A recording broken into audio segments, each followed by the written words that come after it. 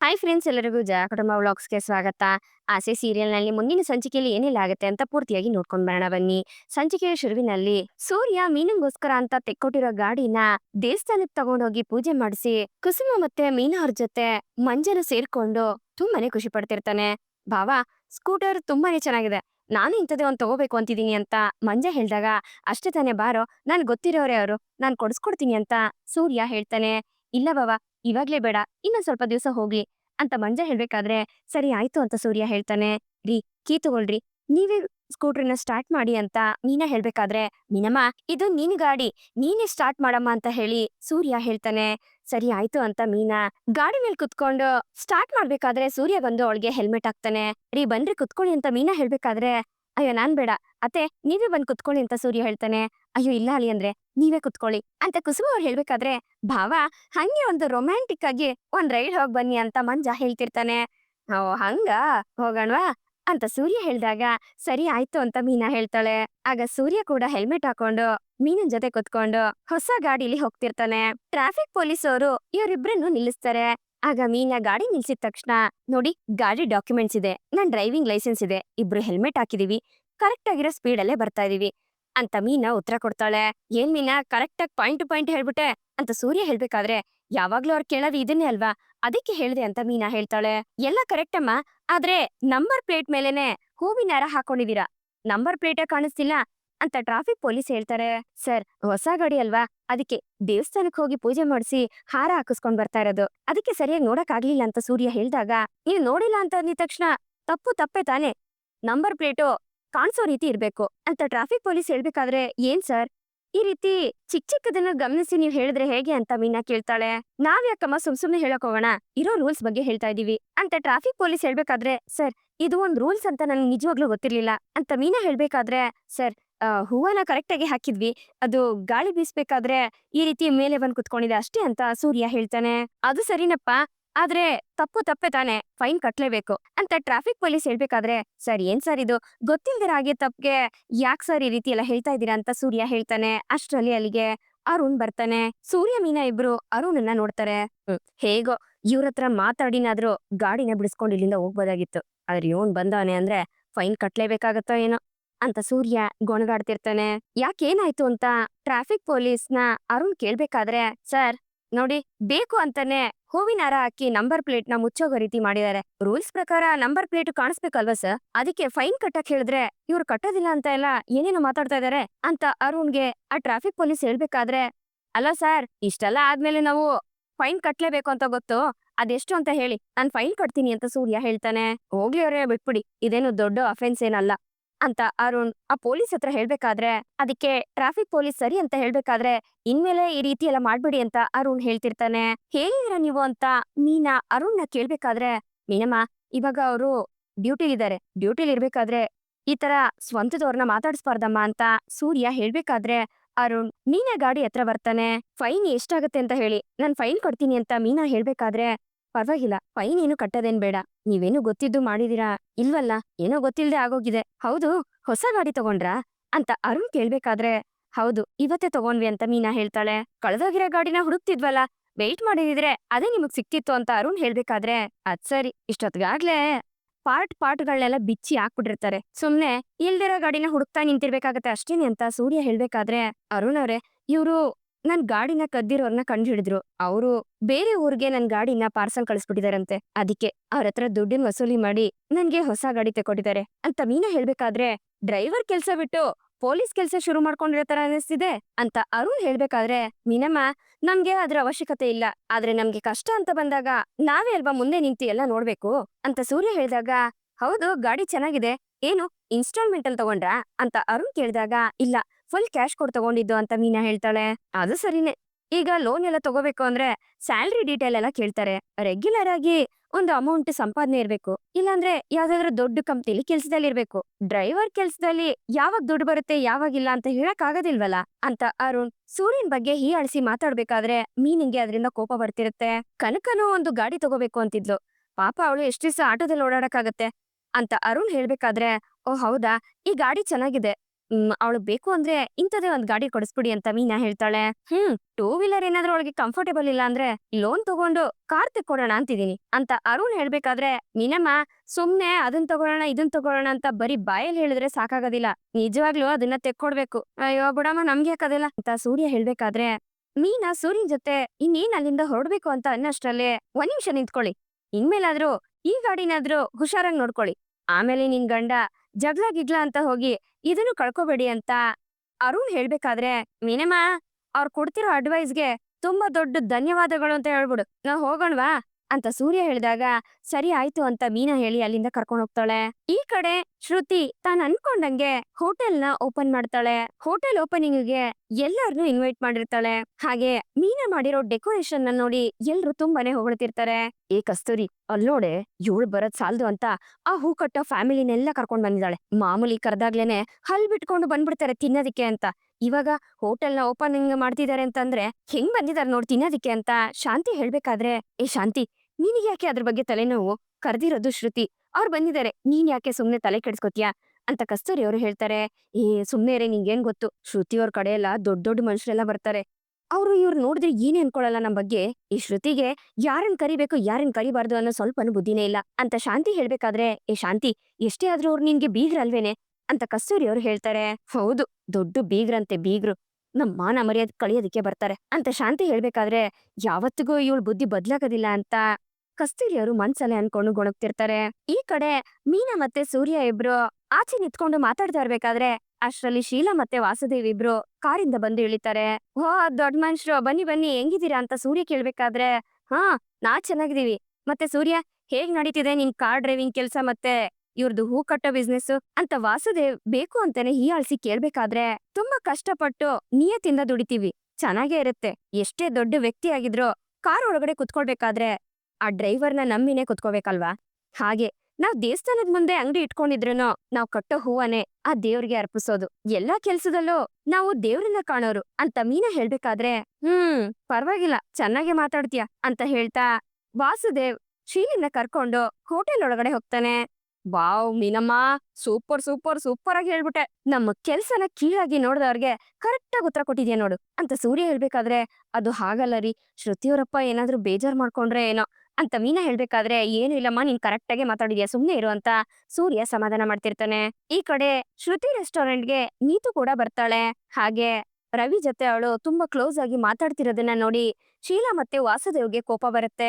ನೋಡ್ರಿ, ಅಳಿಯಂದ್ರು ನಮ್ ಜೊತೆ ಮಾತಾಡ್ದೆ ನೀತು ಜೊತೆ ಹೇಗ್ ಅಲ್ಕಿಸ್ಕೊಂಡ್ ಮಾತಾಡ್ತಿದಾರೆ ಅಂತ ಅಂತ ಹೇಳ್ತಾ ವಾಸುದೇವ್ ಮತ್ತೆ ಶೀಲಾ ಇಬ್ರು ಕೋಪದಲ್ಲಿ ನೀತುನೇ ನೋಡ್ತಿರ್ತಾರೆ.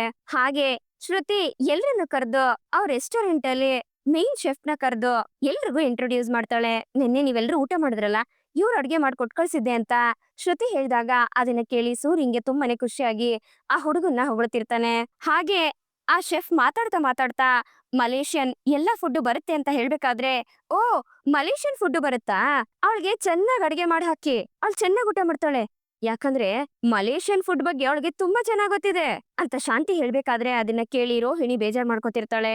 ಶಾಂತಿ ಸುಮ್ನೆ ಇರೋ, ನೋಡಪ್ಪ ಕಂಗ್ರಾಚುಲೇಷನ್, ತುಂಬಾ ಚೆನ್ನಾಗ್ ಮಾಡಿದ್ಯಪ್ಪ, ನೀನ್ ನಿನ್ ಜೀವನದಲ್ಲಿ ತುಂಬಾ ಚೆನ್ನಾಗಿ ಮುಂದಕ್ ಬರ್ತೀಯ, ಇವತ್ತು ಯಾವ ರೀತಿ ಟೇಸ್ಟ್ ಆಗಿ ಅಡ್ಗೆನ ಕೊಡೋದಕ್ಕೆ ಶುರು ಮಾಡ್ತೀರಾ ಅದೇ ರೀತಿ ಕೊನೆವರೆಗೂ ಇದೇ ರೀತಿ ಫುಡ್ ನ ನೀವು ಸರ್ವ್ ಮಾಡ್ಬೇಕು ಅಂತ ರಂಗನಾಥ್ ಅವರು ಆ ಹುಡುಗನ್ಗೆ ಸಜೆಸ್ಟ್ ಮಾಡ್ತಿರ್ತಾರೆ. ಅಷ್ಟ್ರಲ್ಲಿ ಅದೇ ರೆಸ್ಟೋರೆಂಟ್ಗೆ ಮಧು ಮತ್ತೆ ಅವ್ರ ಹಸ್ಬೆಂಡ್ ಇಬ್ರು ಬರ್ತಾರೆ. ಅವ್ರನ್ನ ನೋಡಿ ಸೂರ್ಯ, ನಮಸ್ಕಾರ ಸರ್, ನಮಸ್ಕಾರ ಮೇಡಮ್, ನೀವೇನ್ ಇಲ್ಲಿ ಅಂತ ಕೇಳ್ಬೇಕಾದ್ರೆ, ಈ ಹೋಟೆಲ್ ಶೆಫ್ ಇದಾನಲ್ಲ ಕುಮಾರ್, ಅವ್ನ್ ನಮ್ಗೆ ತಂಗಿ ಮಗ ಆಗ್ಬೇಕು ಅಂತ ಮಧು ಅವ್ರ ಗಂಡ ಹೇಳ್ತಿರ್ತಾರೆ. ಆಗ ಶ್ರುತಿ ಬಂದು ಇವ್ರನ್ನೆಲ್ಲ ಮಾತಾಡ್ಸಿ, ಅತ್ತೆ ನಿಮ್ ಫ್ರೆಂಡ್ ಬಂದಿದ್ದಾರೆ ನೋಡಿ ಅಂತ ಹೇಳ್ಬೇಕಾದ್ರೆ ಶಾಂತಿ ಮಧು ಅವ್ರಿಗೆ ಮುಖ ತೋರ್ಸಕ್ಕಾಗ್ದೆ ಸುಮ್ನೆ ಹಲ್ಕಿಸಿತಾ ಇರ್ತಾಳೆ. ಆಮೇಲೆ ಶ್ರುತಿ ಹೋಟೆಲ್ ಇನಾಗ್ರೇಷನ್ ನ ರಂಗನಾಥ್ ಅವ್ರ ಕೈಯಿಂದನೇ ಮಾಡಿಸ್ತಾಳೆ. ಇದ್ರಿಂದ ವಾಸುದೇವ್ ಮತ್ತೆ ಶೀಲನ್ಗೆ ತುಂಬಾನೇ ಕೋಪ ಬರ್ತಿರತ್ತೆ. ನಮ್ ಮಗಳು ನಮ್ ಕೈಲಿ ಓಪನಿಂಗ್ ಮಾಡಿಸ್ತಾಳೆ ಅಂತಂದ್ರೆ ಈ ರಂಗನಾಥನ್ ಕೈಲಿ ಮಾಡಿಸ್ತಿದ್ದಾಳಲ್ಲ ಅಂತ ವಾಸುದೇವ್ ತುಂಬಾನೇ ಕೋಪ ಮಾಡ್ಕೊಂಡಿರ್ತಾನೆ. ಹಾಗೆ ಶ್ರುತಿ ಹೋಗಿ ಕ್ಯಾಶೂರ್ ಚೇರ್ ಮೇಲೆ ಕುತ್ಕೊಂಡು ಖುಷಿ ಪಡ್ಬೇಕಾದ್ರೆ ಎಲ್ರು ನೋಡಿ ಚಪ್ಪಾಳೆ ತಟ್ತಿರ್ತಾರೆ. ಆಗ ಸೂರ್ಯ ಸ್ವೀಟ್ ತಗೊಂಡ್ ಬಂದಿಟ್ಟು, "ಏಕಮ್ಮ, ನೀನ್ ಶುರು ಮಾಡ್ತಿರೋ ಈ ಹೋಟ್ಲು ಟಾಪ್ ಅಲ್ಲಿ ಬರ್ಲಿ" ಅಂತ ಸೂರ್ಯ ಹೇಳ್ತಾನೆ. ಹೌದು, ಇದೇನಿದು ಅಂತ ಶ್ರುತಿ ಕೇಳಿದಾಗ, "ಅಯ್ಯೋ ಓನರಮ್ಮ, ಫಸ್ಟ್ನೇ ದಿವ್ಸ ಬೋಣಿ ಮಾಡ್ಬಾರ್ದಾ? ಹಾ, ಶುರು ಹಚ್ಕೊಳ್ಳಿ. ಅಪ್ಪಯ್ಯ, ಫಸ್ಟ್ ನೀನೇ ವ್ಯಾಪಾರ ಮಾಡು" ಅಂತ ಸೂರ್ಯ ಹೇಳ್ದಾಗ ರಂಗನಾಥ್ ಅವ್ರು ಬಂದು ಮೊದಲನೇ ಬೋಣಿನ ಮಾಡ್ತಾರೆ. ಹಾಗೆ ಅಲ್ಲಿರೋರು ಎಲ್ರು ಕಂಗ್ರಾಚುಲೇಷನ್ ಹೇಳ್ತಾರೆ. ಇದನ್ನ ನೋಡಿ ಶ್ರುತಿ ತುಂಬಾನೇ ಖುಷಿ ಪಡ್ಬೇಕಾದ್ರೆ, ಶ್ರುತಿ ಇಷ್ಟೊಂದು ಖುಷಿ ಪಡ್ತಿದ್ದಾಳಲ್ಲ ಅಂತ ಅದನ್ನ ನೋಡ್ಕೊಂಡು ರವಿನೂ ಖುಷಿ ಪಡ್ತಿರ್ತಾನೆ. ಈ ಕಡೆ ಮಾತಾಡ್ತಾ ಮಾತಾಡ್ತಾ ಮಧು ಅವರು ಮೀನನ್ನ ಸೈಡ್ ಕರ್ಕೊಂಡ್ ಬಂದು, "ನೀನ್ ನಿಜವಾಗ್ಲೂ ಸೂರ್ಯನಂತ ಹುಡುಗನ ಪಡೆಯೋದಿಕ್ಕೆ ತುಂಬಾನೇ ಪುಣ್ಯ ಮಾಡಿದ್ಯಮ್ಮ. ಅಂತ ಗಂಡ ಸಿಗ್ಬೇಕು ಅಂದ್ರೆ 7 ಜನ್ಮದ್ ಪುಣ್ಯ ಮಾಡಿರ್ಬೇಕು. ಮಕ್ಳುಗಳು ಎಷ್ಟೇ ಆದ್ರೂ ತನ್ನ ತಾಯಿನ, ತಂದೆನ, ತನ್ನ ಫ್ಯಾಮಿಲಿನ ಬಿಟ್ಕೊಡೋದಿಲ್ಲ. ಆದ್ರೆ ಸೂರ್ಯ ಎಂತ ವ್ಯಕ್ತಿ ಅಂದ್ರೆ, ತನ್ ತಾಯಿ ತಪ್ಪು ಮಾಡ್ತಿದ್ದಾಳೆ ಅಂತ ಗೊತ್ತಾಗಿ ಅದನ್ನ ಎಲ್ರ ಮುಂದೆ ತೋರ್ಸಿ ನನ್ನನ್ನ ಕಾಪಾಡಿದ್ರು. ಇಲ್ಲ ಅಂದಿದ್ರೆ ನಿಮ್ ಅತ್ತೆಗೆ ಎಷ್ಟೊತ್ತಿಗೆ ನಾನು ಡಾಕ್ಟರೇಟ್ ಕೊಡಿಸ್ಬಿಡ್ತಿದ್ದೆ. ತಪ್ಪಾಗಿರೋ ವ್ಯಕ್ತಿಗೆ ಡಾಕ್ಟರೇಟ್ ಕೊಡ್ಸಿ ನಾನು ಕಷ್ಟಕ್ಕೆ ಸಿಕ್ಕಾಕೋತಿದ್ದೆ ಅಮ್ಮ. ನಿಜವಾಗ್ಲು ನಿಮ್ಮಿಬ್ರಿಗೂ ಎಷ್ಟು ಥ್ಯಾಂಕ್ಸ್ ಹೇಳಿದ್ರು ಸಾಕಾಗೋದಿಲ್ಲ. ನಿಮ್ಗೆ ಏನಾದ್ರೂ ನನ್ ಕಡೆಯಿಂದ ಏನಾದ್ರೂ ಹೆಲ್ಪ್ ಆಗುತ್ತಾ ಅಂತ ನಾನ್ ಯೋಚನೆ ಮಾಡ್ತಿದ್ದೆ" ಅಂತ ಮಧು ಅವ್ರು ಹೇಳ್ಬೇಕಾದ್ರೆ ಅಷ್ಟ್ರಲ್ಲಿ ಅಲ್ಲಿಗೆ ಕನಕ ಕೂಡ ಬರ್ತಾಳೆ. "ಒಳ್ಳೆ ಕೆಲ್ಸ ಆಯ್ತಮ್ಮ. ಅಷ್ಟ್ರಲ್ಲಿ ನಿಮ್ ಅಮ್ಮನ್ ಗಾಡಿ ವಿಷಯವಾಗಿ ನಿನ್ ಗಂಡ ಅಲ್ಲಿಗೆ ಬಂದಿದ್ದ. ಆದ್ರಿಂದ ನನ್ನಿಂದ ಎಷ್ಟು ಸಹಾಯ ಆಗುತ್ತೋ ನಾನು ಅದನ್ನ ಮಾಡ್ದೆ ಅಮ್ಮ" ಅಂತ ಮಧು ಅವರು ಹೇಳ್ಬೇಕಾದ್ರೆ, ಏನ್ ಹೇಳ್ತಾ ಇದಾರೆ ಇವ್ರು ಅಂತ ಮೀನಾ ಅವ್ರನ್ನೇ ನೋಡ್ತಿರ್ತಾಳೆ. "ಮೇಡಮ್, ನೀವೇನ್ ಹೇಳ್ತಾ ಇದೀರಾ ನನ್ಗೊಂದು ಅರ್ಥ ಆಗ್ತಿಲ್ಲ" ಅಂತ ಮೀನಾ ಕೇಳಿದಾಗ, "ಹೌದಮ್ಮ, ನಿಮ್ಮಮ್ಮ ದೇವಸ್ಥಾನದ ಮುಂದೆಗಡೆ ಗಾಡಿ ಇಟ್ಕೊಂಡಿದ್ರಲ್ವಾ, ಅದನ್ನ BBMP ಅವರು ಎತ್ಕೊಂಡ್ ಹೋಗಿದ್ರಲ್ವಾ" ಅಂತ ಮಧು ಅವ್ರು ಹೇಳ್ದಾಗ, "ಹೌದು, ಅದು ಮತ್ತೆ ವಾಪಸ್ ಸಿಕ್ಕಾಯ್ತು" ಅಂತ ಮೀನಾ ಹೇಳ್ತಾಳೆ. "ಹೌದಮ್ಮ, ಅದಕ್ಕೆ ಕಾರಣನೇ ಸೂರ್ಯ" ಅಂತ ಮಧು ಅವ್ರು ಹೇಳ್ಬೇಕಾದ್ರೆ ಅದನ್ನ ಕೇಳಿ ಕನಕ ಮತ್ತೆ ಮೀನಾ ಇಬ್ರು ಶಾಕ್ ಆಗ್ತಾರೆ. "ನನ್ ಗಂಡ ಬೇರೆ ಯಾರು ಅಲ್ಲಮ್ಮ, BBMPಲಿ ಕಮಿಷನರ್ ಆಗಿದ್ದಾರೆ. ಅಲ್ಲಿ ಆಫೀಸರು ಯಾರತ್ರನೋ ದುಡ್ಡು ತಗೊಂಡು ನಿಮ್ ಗಾಡಿನ ಎತ್ಸೋ ರೀತಿ ಮಾಡಿದ್ನಂತೆ. ಅದನ್ನ ಸೂರ್ಯನೇ ಸಾಕ್ಷಿ ಸಮೇತ ಪ್ರೂವ್ ಮಾಡ್ದಮ್ಮ.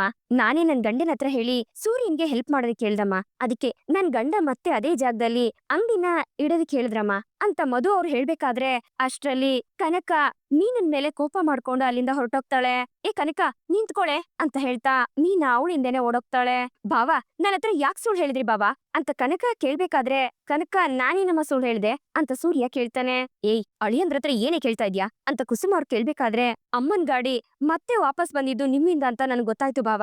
ದೇವಸ್ಥಾನದ ಮ್ಯಾನೇಜರು ಸರಿ ಇಲ್ಲ, ಅವನು ದುಡ್ಡಿನ ಆಸೆಯಿಂದ ಈ ರೀತಿ ಎಲ್ಲ ಮಾಡಿದಾನೆ ಅಂತ ಕಮಿಷನರ್ ಹತ್ರ ನೀವಂತೆ ಪ್ರೂಫ್ ಸಮೇತ ತೋರಿಸಿದ್ದು ಈಗ ತಾನೇ ಮಧು ಮೇಡಮ್ ಹೇಳ್ತಾ ಇದ್ರು. ನಾನು ಅದನ್ನ ಕೇಳಿಸ್ಕೊಂಡೆ. ನಿಮ್ಮಿಂದಾನೆ ಗಾಡಿಗಳೆಲ್ಲ ವಾಪಸ್ ಸಿಕ್ಕಿರೋದು. ಅದನ್ ಯಾಕೆ ಬಾವ ಸುಳ್ಳು ಹೇಳಿದ್ರಿ" ಅಂತ ಕನಕ ಕೇಳ್ಬೇಕಾದ್ರೆ, "ನಾನೇನು ಸುಳ್ಳು ಹೇಳಿಲ್ಲಮ್ಮ, ಸತ್ಯ ಮುಚ್ಚಿಟ್ಟೆ ಅಷ್ಟೇ." "ಸರಿ, ಇವಾಗ ಅದ್ರಲ್ಲಿ ಏನಾಯ್ತು" ಅಂತ ಸೂರ್ಯ ಕೇಳ್ಬೇಕಾದ್ರೆ, "ಅಳಿಯಂದ್ರೆ, ನನ್ ಗಂಡನ್ ನೆನ್ಪಿಗೆ ಅಂತ ಇದ್ದಿದ್ ಕಬ್ಬಿನ ಹಾಲಿನ ಅಂಗಡಿನೂ ಹೊರಟೋಯ್ತಲ್ಲ ಅಂತ ನಾನ್ ತುಂಬಾನೇ ನೊಂದ್ಕೊಂಡಿದ್ದೆ. ಆದ್ರೆ ಅದನ್ನೆಲ್ಲ ತಂದ್ಕೊಟ್ಟಿರೋದು ನೀವೇನಾ? ತುಂಬಾ ಥ್ಯಾಂಕ್ಸ್ ಅಳಿಯಂದ್ರೆ" ಅಂತ ಹೇಳ್ತಾ ಕುಸುಮ ಅವರು ಕೈ ಮುಗ್ದು ಸೂರ್ಯನ್ಗೆ ಹೇಳ್ತಿರ್ತಾರೆ. "ಅಯ್ಯೋ ಅತ್ತೆ, ಏನತ್ತೆ ನೀವು ನನಗೆಲ್ಲ ಥ್ಯಾಂಕ್ಸ್ ಹೇಳ್ಕೊಂಡು, ಎಷ್ಟೇ ಆದ್ರೂ ಇದು ನಮ್ಮನೆಗ್ ತಾನೇ ಮಾಡಿರೋದು, ಇದಕ್ಕೆಲ್ಲ ಹೋಗಿ ನೀವು ಹಿಂಗೆಲ್ಲ ಹೇಳ್ತಿರಲ್ಲ" ಅಂತ ಸೂರ್ಯ ಹೇಳ್ಬೇಕಾದ್ರೆ, "ಭಾವ, ಇದೆಲ್ಲ ನೀವು ಮುಂಚೆನೆ ಹೇಳ್ಬೇಕಾಗಿತ್ತು ತಾನೆ, ಎಲ್ಲಾನು ಅವರೇ ಮಾಡಿದ್ದು ಅನ್ನೋ ರೀತಿ ಹೇಳಿದ್ರು ಗೊತ್ತಾ" ಅಂತ ಕನಕ ಹೇಳ್ಬೇಕಾದ್ರೆ, "ಅಯ್ಯೋ ಕನಕ, ಅರುಣ್ ಸಹಾಯ ಮಾಡ್ದಮ್ಮ, ತುಂಬಾ ಪ್ರಯತ್ನ ಪಟ್ಟ.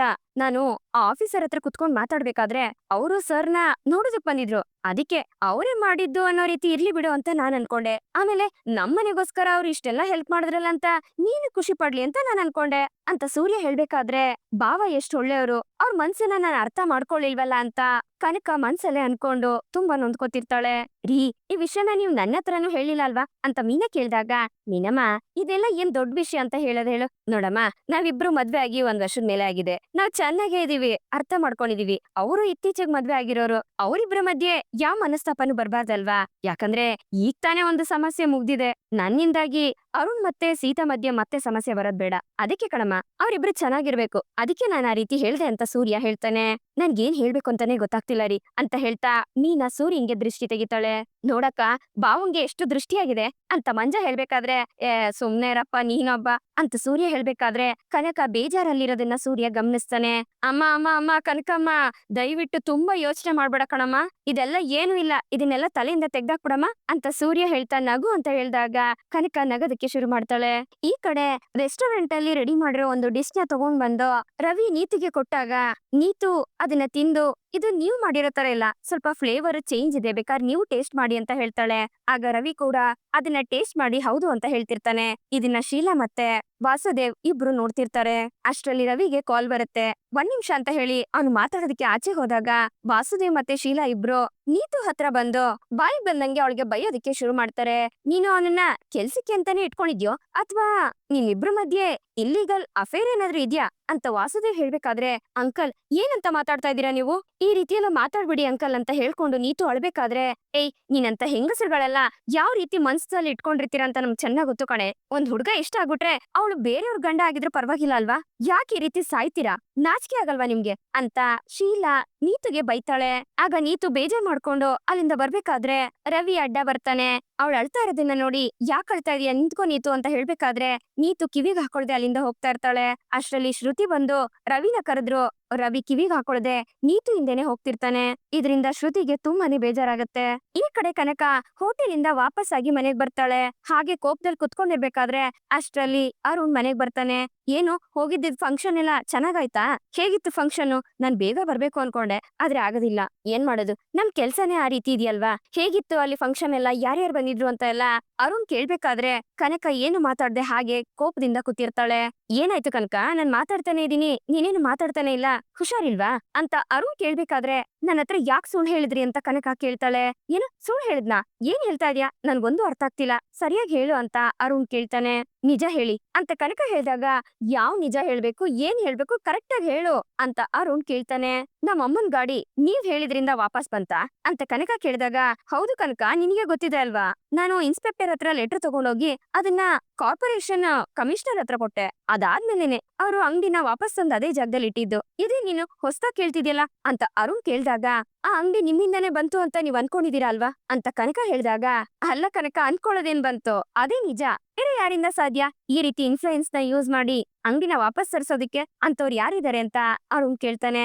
ಸುಮ್ನೆ ಸುಳ್ಳು ಹೇಳ್ಬೇಡಿ, ಆ ಕಮಿಷನರ್ ವೈಫ್ ನ ನಾನ್ ಇವತ್ತು ನೋಡ್ದೆ, ಅವ್ರಿಗೆಲ್ಲ ಸತ್ಯನೂ ಹೇಳ್ಬಿಟ್ರು ಅಂತ ಕನಕ ಹೇಳಿದಾಗ, ಏನ್ ಸತ್ಯ, ಕಮಿಷನರ್ ವೈಫ್ ನ ನೀನ್ ಯಾಕೆ ಮೀಟ್ ಮಾಡಕ್ ಹೋಗಿದ್ದೆ ಅಂತ ಅರುಣ್ ಕೇಳ್ಬೇಕಾದ್ರೆ, ಇವತ್ತು ಶ್ರುತಿ ರೆಸ್ಟೋರೆಂಟ್ ಓಪನಿಂಗ್ ಇತ್ತಲ್ಲ ಅಲ್ಲಿಗೆ ಅವ್ರು ಬಂದಿದ್ರು ಅಂತ ಹೇಳ್ತಾ ಅವ್ರು ಮೀನಿನ ಹತ್ರ ಮಾತಾಡಿದ್ ಮಾತನ್ನೆಲ್ಲ ಕನಕ ಅರುಣ್ ಹತ್ರ ಹೇಳ್ತಾಳೆ.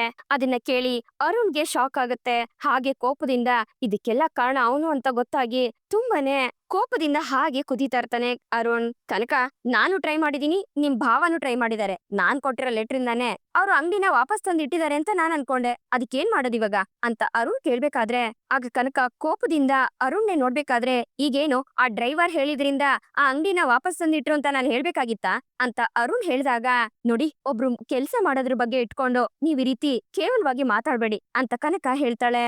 ಓ ಎಷ್ಟೇ ಆದ್ರೂ ನಿಮ್ ಭಾವ ಅಲ್ವಾ, ಅದಕ್ಕೆ ನಿನ್ಗೆ ಕೋಪ ಬರ್ತಿದೆ ಅಲ್ಲ, ಆ ಡ್ರೈವರ್ ಕೂಡ ನನ್ ಕೆಲ್ಸದ ಬಗ್ಗೆ ಎಷ್ಟೊಂದೆಲ್ಲ ಮಾತಾಡ್ದ, ನಾನೇನಾದ್ರೂ ಅವನ್ ಬಗ್ಗೆ ಮಾತಾಡಿದ್ರೆ ಅದು ತಪ್ಪಾಗುತ್ತಾ ನಿಮ್ಗೆ, ನಿಮ್ ಅಮ್ಮನ ಅಂಗಡಿ ವಾಪಸ್ ಸಿಗ್ಬೇಕು ಅಂತ ನಾನು ತುಂಬಾ ಟ್ರೈ ಮಾಡ್ದೆಪ್ಪ ಅಂತ ಅರುಣ್ ಹೇಳ್ಬೇಕಾದ್ರೆ, ಆದ್ರೆ ಅಂಗಡಿ ವಾಪಸ್ ಬಂದಿದ್ದು ನಮ್ ಭಾವನಿಂದ ಅಂತ ಕನಕ ಹೇಳ್ತಾಳೆ. ಗೊತ್ತು ಎಲ್ಲ ಅವನಿಂದಾನೇ ನಡೆಯೋದಲ್ಲ, ನಿಮ್ ಭಾವ ದೊಡ್ಡ ಹೀರೋ ಸಾಕಾ ಅಂತ ಅರುಣ್ ಕನಕನ್ ಮೇಲೆ ರೇಗಾಡ್ತಾನೆ. ಈಗ ಯಾಕೆ ಕಿರ್ಚಾಡ್ತಾ ಇದ್ದೀರಾ, ನಾನ್ ಏನ್ ನಡೀತು ಅಂತ ಕೇಳ್ದೆ ಅಷ್ಟೇ ಅಂತ ಕನಕ ಹೇಳ್ಬೇಕಾದ್ರೆ, ನೀನು ಯಾಕೆ ಹೇಗೆ ಏನಾಯ್ತು ಅಂತ ಕೇಳ್ತಾ ಇಲ್ಲ, ಏನೋ ದೊಡ್ಡದಾಗಿ ನಿಮ್ ಭಾವನೆ ದೊಡ್ಡ ಹೀರೋ ಅನ್ನೋ ರೀತಿ ಮಾತಾಡ್ತಾ ಇದ್ಯಾ, ನಾನ್ ನಿನ್ ಕಣ್ಗೆ ಜೋಕರ್ ತರ ಕಾಣಿಸಿದೀನಲ್ಲ, ಯಾಕಂದ್ರೆ ನಾನ್ ಮಾಡಕ್ಕಾಗ್ದಿರೋ ಕೆಲ್ಸನ ಅವ್ನ್ ಮಾಡಿದಾನೆ ಅಂತ ನನ್ ಬಗ್ಗೆ ತಪ್ಪಾಗಿ ಹೇಳ್ತಾ ಇದೆಯಲ್ಲ. ನೋಡು ನಾನು ನಿಯತ್ತಿಂದ ಮಾಡಿರೋದ್ ಕೆಲ್ಸ ಇದನ್ನ ಯಾರಿಗ್ ಗೊತ್ತು, ಅವ್ನ್ ಹೋಗಿ ಹೆದರ್ಸಿದಾನೋ ಅಥವಾ ದುಡ್ಡು ಕೊಟ್ಟು ಅವ್ರನ್ನ ಬುಟ್ಟಿಗೆ ಹಾಕೊಂಡಿದಾನೋ ಏನೋ, ಒಂದು ದಿವ್ಸದಲ್ಲಿ ನಾನ್ ಎಷ್ಟು ಅಪರಾಧಿಗಳನ್ನ ನೋಡ್ತೀನಿ ಗೊತ್ತಾ, ಯಾರೇನು ಅಂತ ನನಗ್ ಗೊತ್ತಾಗೋದಿಲ್ವಾ ಅಂತ ಅರುಣ್ ಹೇಳ್ಬೇಕಾದ್ರೆ, ನೋಡಿ ಇವಾಗ ಯಾರನ್ನ ಅಪರಾಧಿ ಅಂತ ಕರಿತಾ ಇದ್ದೀರಾ ಅಂತ ಕನಕ ಜೋರಾಗಿ ಕೇಳ್ತಾಳೆ. ನಾನು ಬರೀ ಉದಾಹರಣೆಗಷ್ಟೇ ಹೇಳಿದ್ದು ಅಂತ ಅರುಣ್ ಹೇಳ್ಬೇಕಾದ್ರೆ, ನನ್ ಗೊತ್ತು ನೀವ್ ಹೇಳ್ತಾ ಇರೋದೇ ನಮ್ ಭಾವನೆ ತಾನೆ ಅಂತ ಕನಕ ಕೇಳ್ತಾಳೆ. ಹಂಗೆ ಅನ್ಕೋ, ನಾನೇನ್ ಸುಳ್ಳು ಹೇಳ್ತಾ ಇದೀನಾ, ಅವನು ರೌಡಿ ಅಲ್ವಾ, ಅವ್ನ್ಗ್ಯಾಕ್ ನೀನ್ ಸಪೋರ್ಟ್ ಮಾಡ್ತೀಯಾ ಅಂತ ಅರುಣ್ ಕೇಳ್ತಾನೆ.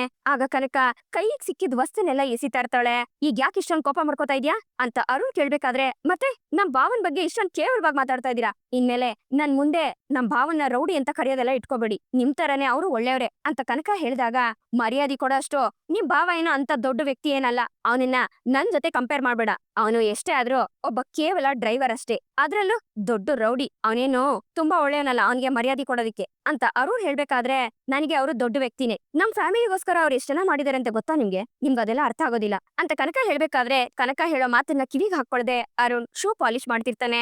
ನಾನ್ ಏನ್ ಮಾತಾಡ್ತಾ ಇದ್ದೀನಿ, ನೀವೇನ್ ಮಾಡ್ತಿದ್ದೀರಾ ಅಂತ ಕನಕ ಕೇಳ್ದಾಗ, ನೀನು ನಿಮ್ ಭಾವನ್ ಬಗ್ಗೆ ಮಾತಾಡ್ತಿದ್ದಲ್ಲ, ಅದಕ್ಕೆ ನನ್ ಶೂ ಮೇಲೆ ಧೂಳಿರೋದು ನನ್ಗೆ ನೆನ್ಪ್ ಬಂತು. ಯಾಕಂದ್ರೆ ಅವನು ಇದೇ ತರಾನೇ, ನನ್ ಶೂ ಅಲ್ಲಿರೋ ಧೂಳಕ್ ಸಮಾನ. ಅವನೆಲ್ಲ ಒಬ್ಬ ವ್ಯಕ್ತಿ ಅಂತ ಅವನ್ ಬಗ್ಗೆ ಮಾತಾಡ್ತಾವಳೆ. ಹೋಗಿ ಹೋಗಿ ನಿಮ್ ಅಕ್ಕ ಅಂತವನ್ನ ಮದ್ವೆ ಆದ್ಲಲ್ಲ, ಅವಳಿಗೂ ಬುದ್ಧಿ ಇಲ್ಲ ಅಂತ ಅರುಣ್ ಹೇಳ್ಬೇಕಾದ್ರೆ, ಇವಾಗ ಯಾಕೆ ನಮ್ಮ ಅಕ್ಕನ ಮದ್ವೆ ತರ್ತಿದ್ದೀರಾ ಅಂತ ಕನಕ ಕೇಳ್ತಾಳೆ.